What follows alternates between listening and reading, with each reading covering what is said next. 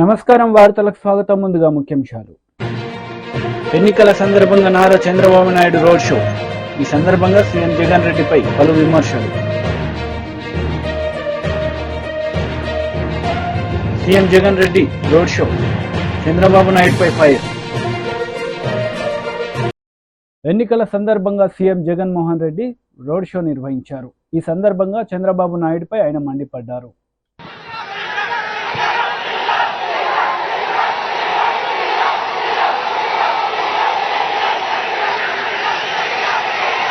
గతంలో ఎప్పుడు జరగని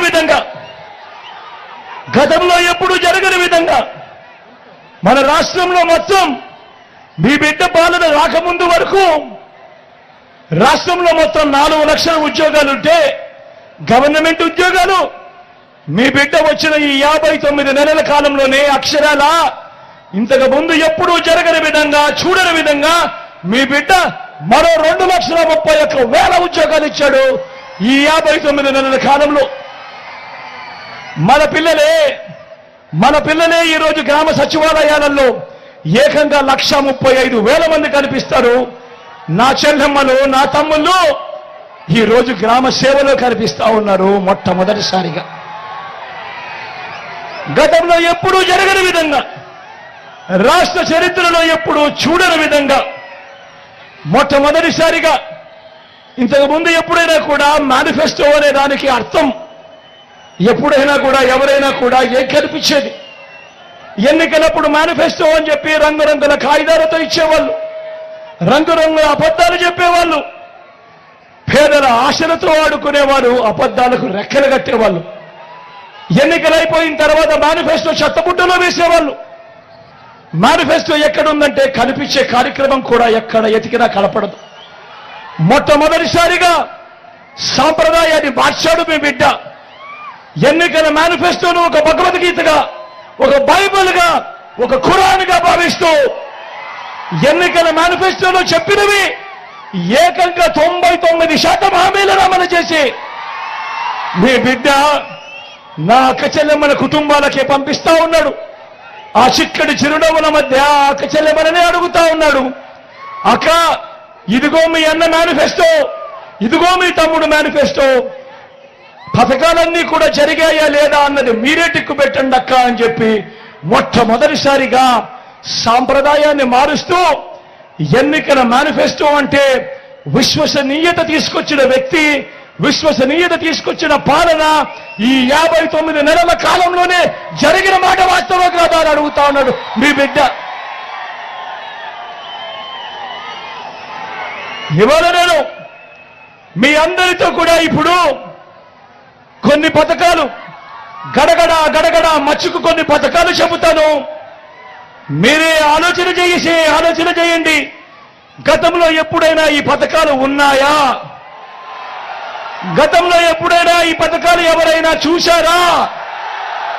గతంలో ఎప్పుడైనా ఈ పథకాలు ఎవరైనా చేశారా అన్నది మీరే ఆలోచన చేయమని కోరుతా ఉన్నా. గతంలో ఎప్పుడూ చూడని విధంగా మొట్టమొదటిసారిగా నాడు నేడుతో బాగుపడ్డ గవర్నమెంట్ స్కూళ్లు, గవర్నమెంట్ బడులది ఇంగ్లీష్ మీడియం. 6వ తరగతి నుంచే ప్రతి క్లాస్ రూమ్లోనూ ఐఎఫ్పీలు, డిజిటల్ బోధన. 8వ తరగతికి పిల్లాడు వచ్చేసరికి ఆ ప్రతి పిల్లాడి చేతిలో ఒక ట్యాబ్. ఇంగ్లీష్ మీడియంతో మొదలెడితే 3వ తరగతి నుంచే టోఫుల్ క్లాసులు, 3వ తరగతి నుంచే సబ్జెక్ట్ టీచర్లు. గతంలో ఎప్పుడూ జరగని విధంగా ఈరోజు ఇంగ్లీష్ మీడియంతో మొదలెడితే ఐబీ దాకా ప్రయాణం. గతంలో ఎప్పుడూ చూడని విధంగా మన పిల్లల చేతుల్లో ఈరోజు బైలింగ్వల్ టెక్స్ట్ బుక్స్, అంటే ఒక పేజీ తెలుగు, పక్క పేజీ ఇంగ్లీష్. మొట్టమొదటిసారిగా బడులు తెరిచేసరికే పిల్లలకు విద్యా కానుక. మొట్టమొదటిసారిగా బడులలో ఈరోజు గోరు ముద్ద. మొట్టమొదటిసారిగా పిల్లలను బడులకు పంపిస్తే చాలు ఆ తల్లులను ప్రోత్సహిస్తూ ఆ తల్లులకు ఓ అమ్మఒడి అనే కార్యక్రమం మొట్టమొదటిసారిగా మొట్టమొదటిసారిగా పెద్ద చదువులకు ఏ తల్లి ఏ తండ్రి కూడా అప్పుల పాలు కాకూడదు అని ఈ రోజు మన పిల్లలు ఇంజనీర్లుగా చదువుతా ఉన్నారు, డాక్టర్ కోర్సులు చదువుతా ఉన్నారు, డిగ్రీ కోర్సులు చదువుతా ఉన్నారు. వారి చదువులకయ్యే పూర్తి ఖర్చు ఈ రోజు రాష్ట్రంలో ఏకంగా 93% మంది మన పిల్లలు ఈ రోజు పూర్తి ఖర్చులు భరిస్తూ ఈ రోజు వాళ్లకు విద్యా దీవెన, జగనన్న వసతి దీవెన అనే గతంలో ఎప్పుడూ జరగని విధంగా ఈ రోజు ఆ పిల్లలను ఆదుకుంటా ఉన్నాం. నా అక్క చెల్లెమ్మల కుటుంబాలకు తోడుగా ఉన్నాం. గతంలో ఎప్పుడూ జరగని విధంగా ఈ రోజు మన డిగ్రీలలో చదువుతా ఉన్న మన పిల్లలకు ఈ రోజు international universities, LSE, Harvard, MIT, Stanford వంటి యూనివర్సిటీస్ తో ఈ రోజు ఆన్లైన్ సర్టిఫికేషన్ ద్వారా మన డిగ్రీలతో ఆ కోర్సులు అనుసంధానం. మొట్టమొదటిసారిగా మన డిగ్రీలలో ఈ రోజు మ్యాండేటరీ ఇంటర్న్షిప్. నేను అడుగుతా ఉన్నా, ఇంతగా పిల్లల చదువుల మీద ధ్యాస పెట్టిన పరిస్థితులు గతంలో ఎప్పుడైనా జరిగాయా అని అడుగుతా ఉన్నాడు మీ బిడ్డ. అన్న జరిగాయా? అక్క జరిగాయా? తమ్ముడు జరిగాయా? వారాహి విజయబేరి బహిరంగ సభలో జనసేన అధినేత పవన్ కళ్యాణ్ పాల్గొన్నారు. ఈ సందర్భంగా ప్రజలను ఉద్దేశించి ఆయన మాట్లాడారు. మాట్లాడుతున్నాను, మీరన్నీ గత 5 సంవత్సరాల్లో ఎవరెవరు ఏం చేశారు, వైసీపీ ప్రభుత్వం ఏం చేసింది, పవన్ కళ్యాణ్ ఎలా నిలబడ్డాడు, టీడీపీకి ఎలా బలం ఇచ్చాడు, ఎలా తగ్గి ముందుకు తీసుకెళ్లాడు, భారతీయ జనతా పార్టీ ప్రధానమంత్రి గారి నేతృత్వంలో మేము ఆంధ్రాలో పొత్తు పెట్టుకోమంటే ఆయన నేను ఒప్పించానంటే ఎంత బలంగా మాట్లాడుంటానో మీరు అర్థం చేసుకోండి. దేనికి మాట్లాడాను? పవన్ కళ్యాణ్ ఎంపీ ఎమ్మెల్యే కాకపోతే ఏం అవ్వదు. పవన్ కళ్యాణ్ చేసుకుంటే సినిమాలు ఉన్నాయి, అవసరమైతే బయటకు వచ్చి రోడ్ల మీద కొట్లాడతాడు. కానీ కావాల్సింది ఇంతమంది సమూహానికి 5 కోట్ల మంది ప్రజలకి బలం ఇవ్వాలి అంటే జనసేన రోడ్డు మీదకి వస్తే గూండాలు కూడా బెదిరి పారిపోతారు. అడవి దున్నలు ఎలా పారిపోతాయో సింహాన్ని చూసి జనసేన బయటికి వస్తే మొత్తం వచ్చి అందరూ పారిపోతారు. రౌడీ గూండాలు అందరూ పారిపోతారు. అలాంటి గూండాలు ప్రభుత్వం ఇది వైసీపీ అరాచక ప్రభుత్వం. నేను మీకు భరోసా ఇస్తున్నా, ఒక ఎన్నికలకు కాదు, ఒక తరం కోసం. అక్కడ రెడ్ టీ షర్ట్ వేసుకుని చిన్న బ్లూ ప్యాంట్ వేసుకొని చూస్తున్న ఆ బిడ్డ భవిష్యత్తు కోసం, మీ భవిష్యత్తు కోసం, మీ అందరి కోసం వచ్చాం. ఇది నా కోసం కాదు, మీకోసం నిలబడతాం, మీకోసం కొట్లాడతాం. రేపు ఫుల్ డే, పూర్తి రోజు 24 గంటలు మీరు ఆలోచించుకుని ఈ రోజు నుంచి రేపు సాయంత్రం పడుకోబోయే వరకు ప్రతి వర్గం, మత్స్యకారులు కానీ, మత్స్యకారులు ఏమన్నాడు, మీ జాతి ₹1 ఇస్తే 10 కోట్లంతా ప్రచారం చేసుకుంటారని చెప్పి మత్స్యకార జాతిని తిట్టిన దురహంకారి చంద్రశేఖర్ రెడ్డి గారు. నన్ను ఎలా తిట్టాడో మీకు చెప్పక్కర్లా, చంద్రబాబు గారిని ఎలా తిట్టాడో చెప్పక్కర్లా. చంద్రశేఖర్ రెడ్డి గుర్తుపెట్టుకో, నీ సంగతి నేనే చూస్తాను ప్రత్యేకంగా చెప్తాను. చంద్రశేఖర్ రెడ్డి సంగతి నేనే చూస్తాను. ఎవరు పట్టించుకున్నా లేదో తెలియదు కానీ నువ్వు నన్ను అన్నందుకు కాదు చంద్రశేఖర్ రెడ్డి, గుర్తుపెట్టుకో. నువ్వు ప్రజల్ని ఇబ్బంది పెట్టేశావు, ప్రకృతి వనరులను దోచేశావు, పేకాట క్లబ్బులు నడిపావు, మాఫియా అయిపోయింది, గ్రావెల్ని దోచేశావు, పచ్చని మడ అడవులు నరికేశావు. గుర్తుపెట్టుకో చంద్రశేఖర్ రెడ్డి, నిన్ను రోడ్డు మీద తీసుకెళ్తావు, రోడ్డు మీదకి లాక్కొస్తాం. గుర్తుపెట్టుకో. నువ్వు నీ రౌడీజం చెప్పు, మీ బాస్ జగన్ చెప్పు, పవన్ కళ్యాణ్ చెప్పాడని చెప్పు, తాట తీసి కింద కూర్చోబెడతాం. ఇప్పుడు ఇల్లు అతను పుట్టాపురంలో చేస్తున్నాడు నా మీద, వెళ్ళి ఉప్పాడులో ఏం చేస్తాడు? 5 సంవత్సరాలు చేయని అభివృద్ధి ఏం చేస్తావు? ఆయన 5 సంవత్సరాలు చేయని అభివృద్ధి ఏం చేస్తావు? కొత్తగా 5 సంవత్సరాల విలువైన కాలాన్ని ఇస్తే ఏం చేయలే? ఫీజు రీయింబర్స్మెంట్ చేశారమ్మా మీకు? Fee reimbursement చేయలేనాడు. 2300 కోట్లు రంగులు వేయడానికి, రంగులు తీయడానికి తీసుకున్నాడు ఈ వ్యక్తులు. మనకేం చేస్తారమ్మా వీళ్ళు? మత్స్యకారులకి ఏం చేస్తారు? దళిత సామాజిక వర్గానికి ఏం చేస్తారు, బీసీలకి ఏం చేస్తారు చూశారు కదా. కుల జాతి మనకి ఆధిపత్య అహంకారంతో ఎలా తిట్టారో మీకు తెలుసు. మనకి మత్స్యకారుల సమాజక వర్గాన్ని నువ్వు చొక్కా తీకు, నాకు చొక్కా చేసి సరిపోదు, ఈ పోస్టరింగ్ కాదు నాకు కావాల్సింది. రౌడీజామునికి ఎదురెళ్లారు మీరు. సలసల సలసల రక్తం కాగాలి గుండాలను చూస్తే నిన్ను చూసి భయపడాలి చంద్రశేఖర్ రెడ్డి. ఆ స్థాయికి వెళ్ళి నువ్వు. అందుకని ప్రజాగలం సభలో టీడీపీ అధినేత నారా చంద్రబాబు నాయుడు పాల్గొన్నారు. ఈ సందర్భంగా ఆయన ప్రసంగించారు. సైకో వస్తే ఇంకే రాష్ట్రానికి పుట్టుగతులు ఉండవని అందరూ కూడా ముందుకొచ్చే పరిస్థితికి వచ్చారు. నేను ఒకటే మీ అందరు కోరుతున్నా, ఒక్క విషయమే చూడండి. నాడు మనం తీసుకొచ్చిన ఐటీ పాలసీ వల్ల ఒక రైతు బిడ్డ, ఒక సామాన్య యువతి, ఒక వెనుకబడిన వర్గాల బిడ్డ, ఒక ఎస్సీ విద్యార్థి ఈరోజు ప్రపంచం అంతా వెళ్లారు. మీరు ఒకటే గుర్తుపెట్టుకోవాలి, ఎన్నో తరాలు కాదు 20 సంవత్సరాల్లో నేను అవలంబించిన పబ్లిక్ పాలసీ వల్ల, ఐటీ వల్ల మన వాళ్ళు అన్ని దేశాలకు వెళ్లిపోయారు. బ్రహ్మాండంగా గ్లోబల్ సిటిజన్స్ గా తయారైపోయారు. ఈరోజు ప్రపంచంలో ఎక్కడికైనా వెళ్ళండి, ఆ దేశంలో మంచి ఇండ్లుండే కాలనీ దగ్గరికి పోతే అక్కడ ఇండియన్స్ ఉంటారు, వాళ్ళల్లో 40% తెలుగు వాళ్ళు ఉంటారు. అది నేను చూపించిన దారిని మీ అందరికీ హామీ ఇస్తున్నా. ఇప్పుడు నా ఆలోచన ఒకటి, తెలుగు వారిని అందరినీ గ్లోబల్ లీడర్స్ గా తయారు చేస్తా. ఈ ఊర్లో నువ్వు కూర్చొని కంపెనీ పెట్టి ప్రపంచం మొత్తం అన్ని దేశాల్లో పనిచేసే విధంగా ప్రోత్సహిస్తాను తమ్ముళ్ళు. అది నా ఆలోచన. 10,000 కిలోమీటర్ల నుంచి వచ్చారు వ్యవసాయ కూలీలు, పని కోసం పోయిన వాళ్ళు 1000 కిలోమీటర్లను తిరిగి వచ్చి సొంత డబ్బులు పెట్టుకొని నా కోసం, తెలుగుదేశం పార్టీ కోసం, ఎన్డీఏ కోసం, మా మిత్రుడు పవన్ కళ్యాణ్ కోసం వచ్చారంటే అది మాకుండే కమిట్మెంట్.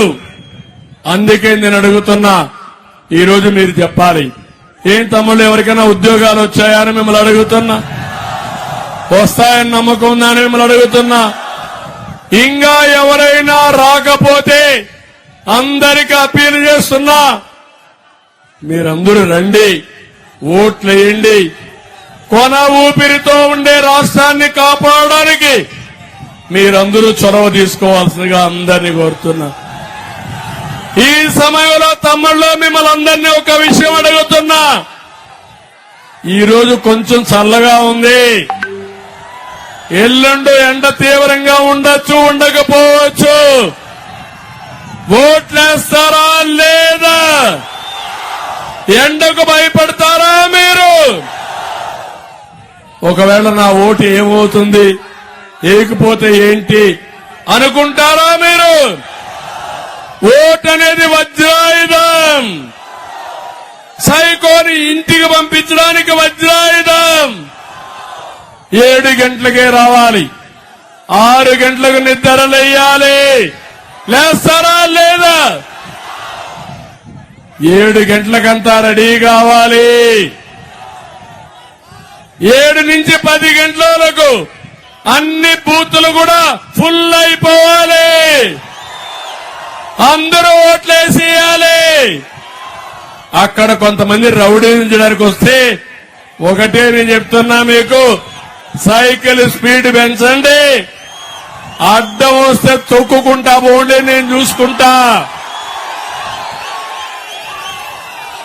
ప్రజాబలం ముందర ఈ సైకోలు ఏమీ చేయలేరని చెప్పి నేను మీకు తెలియజేస్తున్నా. ఇంకో పక్క నేను కూడా రేపు ఎల్లుండో కంట్రోల్ రూమ్ లో కూర్చుంటా. రాష్ట్రంలో ఏం జరుగుతుందో సమీక్షలు చేస్తా. ఎవడైనా తోక దిప్పితే తోక కట్ చేస్తా. ప్రజాస్వామ్యాన్ని కాపాడుకుంటారని ప్రతిజ్ఞ చేస్తున్నా. తమిళలో ఈరోజు ఒక్క విషయం మీరు గుర్తుపెట్టుకోవాలి, ఈ రాష్ట్రం బాగుపడాలా లేదా? మీ జీవితాలు జిల్లాలు బాగుపడాలనా లేదా? నా ఆశయం ఒకటే, 29కే నెంబర్ 1 రాష్ట్రంగా చేయాలనుకున్నాను. నరేంద్ర మోడీ గారు 2047కి ఇండియాని నెంబర్ 1 దేశంగా, ప్రపంచం మొత్తం ఉండే ఇండియన్స్ ని నెంబర్ 1 గా చేయాలని ఆయన సంకల్పం. నా సంకల్పం తెలుగు జాతి నెంబర్ 1 గా ప్రపంచమంతా ఉండాలి. పేదరికం లేని రాష్ట్రమే ఆలోచన నా ధ్యేయం. ఏ పని చేసినా నిరుపేదలకు అండగా ఉంటా, తోడుగా ఉంటా. అందుకే సూపర్ 6 లో మీరు చూశారు, మా ఆడబిడ్డలకి ప్రతి ఒక్క ఆడబిడ్డకు హామీ ఇస్తున్నా. ఆడబిడ్డ నిధి 1500 రూపాయలు నెలకు, సంవత్సరానికి 18,000, 5 ఏళ్లలో 90,000. మీ ఇంట్లో ముగ్గురుంటే 2,70,000, ముగ్గురుంటే నలుగురుంటే 3,60,000 ఇచ్చే బాధ్యత నాదని మీ అందరికీ హామీ ఇస్తున్నా. ఎన్నికల సందర్భంగా మాజీ సీఎం కేసీఆర్ రోడ్ షో నిర్వహించారు. ఈ సందర్భంగా పలు అంశాలపై ఆయన ప్రసంగించారు. భారతీయ జనతా పార్టీ విద్వేషాలు నింపి ప్రజల మధ్య పగలు పెంచి దేశాన్ని చీల్చే పని చేస్తారు తప్ప పేద ప్రజల గురించి, రైతుల గురించి, చేనేత కార్మికుల గురించి, పనిచేసుకుని బతికేటువంటి ప్రజల గురించి ఏ ఒక్క మంచి పని కూడా చేసే పార్టీ కాదు. కాంగ్రెస్ పార్టీ గత అసెంబ్లీ ఎన్నికల్లో అరచేతిలో వైకుంఠం చూపించి అలవిగాని హామీలిచ్చి గద్దెకెక్కింది కాంగ్రెస్ పార్టీ. ప్రతి ఇంటికి, ప్రతి మహిళకు 2,500 ఇస్తామన్నారు. మహిళలకు 2,500 వచ్చినాయా? రుణమాఫీ అయ్యిందా? రైతు బంధు అందరికి పడ్డదా? కరెంటు సరిగా వస్తున్నదా? కరెంటు కోతలు మళ్ళా మొదలైనయా? మన రంగనాయక సాగర్ ఎండబెట్టినరా? రైతుల పంటలు ఎండినాయా? అంటే ఇది పరిస్థితి. ఒకటి స్కీమ్ పెట్టినరు, అది మహిళలకు బస్సు, అది టోటల్ గా ఫెయిల్ అయిపోయింది. ఒక సర్కస్ లాగా అయిపోయింది తప్ప యువలకు లాభం జరగలే. అందువల్ల మీ అందరినీ కూడా నేను కోరేది, అర్థం చేసుకొని వివేచనతోని మన రాష్ట్ర భవిష్యత్ కోసం, ఈ దేశ భవిష్యత్ కోసం ఆలోచించి ఓటేయాలి తప్ప ఓటు ఎప్పుడు కూడా ఆగమాగం వేయకూడదు. ఏ ఒక్క హామీ అమలు కాలే, అవుతుందనే ఆశ కూడా లేదు. ఆ రోజు మనం 30,000 కోట్లు 2 దఫాలుగా రుణమాఫీ చేసినాం. ఈ ముఖ్యమంత్రి చెప్పినాడు, మీరు పరిగెత్తండి, లోన్ తీసుకోండి, డిసెంబర్ 9వ తేదీ నాడే 2 లక్షల రుణమాఫీ చేస్తామని చెప్పినారు. రుణమాఫీ జరిగిందా? ఏది కూడా జరగలే. 6 ప్రధాన హామీలతో పాటు 420 హామీలు ఇస్తే ఏ ఒక్క పని కూడా జరగలేదు. బీజేపీతోని ఏ ఒక్క పని జరగలేదు. అదే బీఆర్ఎస్ ప్రభుత్వం ఉన్నప్పుడు అన్ని వర్గాల ప్రజలను, కులము మతము అనే తేడా లేకుండా ఒక కోడి తన పిల్లలను కాపాడుకున్నట్టుగా అందరినీ కూడా వెనకకి తీసుకొని మనం ముందుకు పోయినాం. అందరినీ కాపాడినాం, పేదలను కాపాడినాం. పేదవాళ్లకు, వృద్ధులకు 2,000 రూపాయల పెన్షన్ ఇచ్చినాం. ఈ ప్రభుత్వం 4,000 ఇస్తామని చెప్పినారు. 4,000 రూపాయల పెన్షన్ వచ్చిందా? రాదు కూడా, ఇక వచ్చే అవకాశం కూడా లేదు. మీ అందరికి నేను చేసే మనవి ఒకటే, మీరు చాలా గొప్ప స్వాగతం చెప్పినారు. నా గుండెల నిండా బ్రహ్మాండమైన సంతోషం కలిగింది. ఇప్పుడే హరీష్ రావు గారు చెప్పినట్టుగా మన అభ్యర్థి వెంకట్రామరెడ్డి మీకు తెలుసు. ఆయన ఇదే జిల్లాలో కలెక్టర్గా పనిచేసినాడు. ఈ జిల్లాను ఒకనాడు నేను ఎన్టీ రామారావు గారు ముఖ్యమంత్రిగా ఉంటే ఇదే చౌరస్తాలో సిద్దిపేట జిల్లా కావాలని నేను అడిగిన, కానీ ఎవరు చేయలే. కానీ నేనే ముఖ్యమంత్రి అయిన తర్వాత, తెలంగాణ వచ్చిన తర్వాత, హరీష్ రావు మంత్రి అయిన తర్వాత సిద్దిపేట జిల్లా చేసుకున్నాం.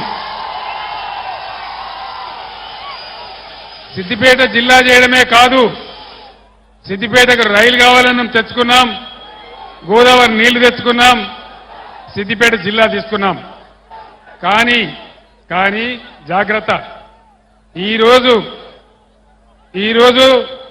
ఈ రాష్ట్ర ప్రభుత్వం సిద్దిపేట జిల్లాను రద్దు చేస్తా అంటున్నది.